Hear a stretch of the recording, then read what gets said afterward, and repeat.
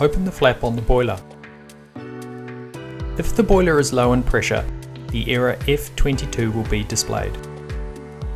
Press the top right hand button twice to display the water pressure.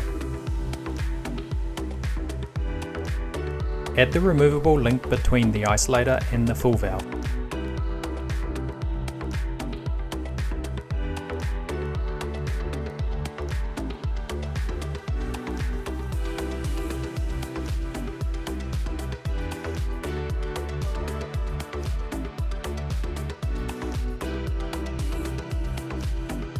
Open the isolator by turning the handle to be in line with the body.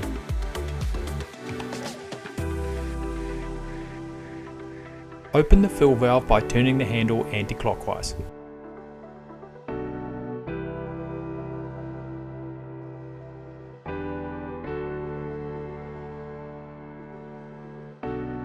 Fill the system to 1.5 bar.